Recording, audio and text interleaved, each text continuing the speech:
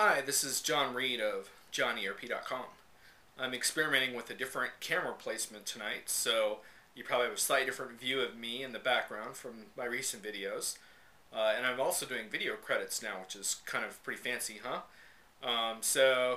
Anyway, the video I want to share with you now is about the SAP Professional's Guide to Kicking Some Butt on LinkedIn.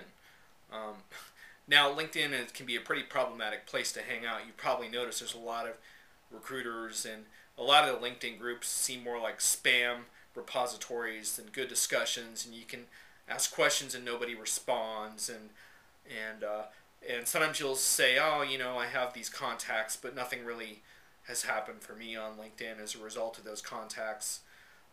And internationally speaking, LinkedIn is not the only game in town. So you could probably apply some of these principles to different business networks like Zing, I think is popular in Germany, etc. LinkedIn is doing very well in North America, and there's a lot of SAP talent on LinkedIn, and a lot of hiring managers looking for talent on LinkedIn as well, which doesn't always go as well as you might think, because people don't always have a very good idea of how to really recruit people on LinkedIn without being offensive and annoying. But that's a whole other topic. So in addition to this video, you should note I have done three different, it's either two or three, I cannot even remember now, tutorials about being an SAP professional on LinkedIn and some of the recommendations I would make. Because not everything is immediately obvious in terms of how to have success on LinkedIn. But one thing I can tell you that's kind of what you might call a dirty little secret about LinkedIn is the amount of contacts you have does matter. Now, I'm not saying you should go out and get 10,000 contacts, because I think in the process of doing that, you're likely to get yourself kicked off LinkedIn and really not well liked by other people. But the amount of contacts does matter. For example, when you get in a situation where you're searching for a particular kind of person, like let's say suddenly you have a project opportunity for a BW person, and you're going to team up with a person if you can find them, but you only have 3 days to find a good person. If you use LinkedIn search capabilities, which are very powerful, you can sort by relationship. The catch is that if you're not directly connected to these people, if they're not your first degree contacts, you can't just fire off an email to them. You have to go through a process. You have to maybe ask for a third-party introduction, which can be very tedious. I find them annoying, and they take time. So yeah, you might use that once in a while, but you want to be able to contact people directly. And you don't know necessarily who you're going to need to contact. So, I think it does make sense to have quite a few contacts on LinkedIn. And I'm willing to be connected on LinkedIn to people I don't know all that well. I mean, I don't consider it like a Facebook type of thing of you have to be my friend. I'm not necessarily validating that this person is of totally high character in every area of their lives. This is a professional networking site, and your public profile on LinkedIn, assuming you made it public, which I think you should on LinkedIn, that's going to pretty much say anything that you would be exposing anyway. So why not share that with people? Now, I will say that when I do connect with people, I do try to directly interact with them and get to know them a little bit, as opposed to just clicking yes, link, link, link.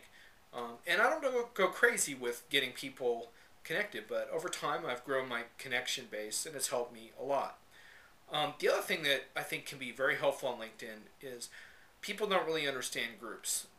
Occasionally there are good group discussions on LinkedIn, but LinkedIn overall has done a pretty poor job designing groups, in my opinion, and so the discussions really aren't that robust. But once you get involved with a group, you can start networking one-on-one with individual members of that group. And I think that's one key to LinkedIn, is to remember that despite the fact that there are groups there, and I think it's helpful to join groups so you can kind of figure out who's interested in certain topics, the heart of LinkedIn is that one-to-one networking, and that can be very valuable. I can tell you from my website, John ERP, I value LinkedIn because it gives me a chance to connect with people individually in such a way that, like on my website, for example, anyone can visit, and I don't know, exactly who's visiting on a day-to-day basis. A lot of people come by, but, I don't know the demographics of every single person.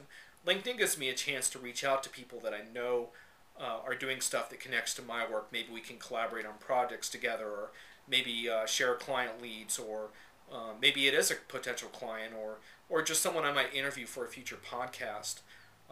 And the other neat thing about LinkedIn, if you start to get more comfortable, is create your own group. LinkedIn groups are pretty fun to create. They're not hard to create. And once you create groups, it's going to create more people who are going to come to you and want to connect to you as opposed to looking for other people. Like, for example, I hardly ever send out an invite to other people anymore because I always have an inbox full of invites. But I really recommend combining the approach of getting a pretty good contact base together, but keeping a personal touch. Like, when people invite to connect to me, I always email each one of them back individually and thank them and ask them a little bit about what they're up to. And so I kind of pace myself. So I don't do like 15 in one day or anything like that. I might do 3 or 4 or 5 because each one of those might generate a response. I don't want to bog myself down on like 30, 40 emails. And perhaps that's one reason why, LinkedIn has never, said to me, like they've said to some people I know, like, we're warning you, you can't, you go over the board with this stuff and you'll get kicked out or whatever. It's like, no, it's just person-to-person networking. But I do think there is something to be said for developing a deeper contact base because you don't know what kind of experts you're going to need to connect with. There's a very, very active SAP community on LinkedIn. The other thing is, make sure your profile has a lot of detail. There's a lot of neat things you can do. You can put your SEM blog widget on there. You can bring in your RSS feeds. You can put a lot of description of your previous positions. Don't jam it up with keywords, lists of keywords. That looks stupid, but make sure your job descriptions contain a lot of nice keywords that people might search for. And then get people to recommend your work, and try to get people who honestly like you, and honestly respect your work, and get some recommendations from those folks, because I think I have something like 12 recommendations, and some of them are from people that really know me well and trust me, and those are great recommendations to have on there. Is there a BS factor with recommendations? Sure.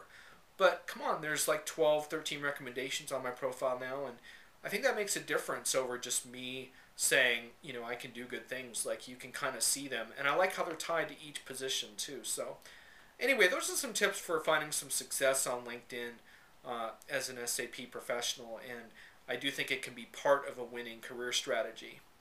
This is John Reed of JohnERP.com.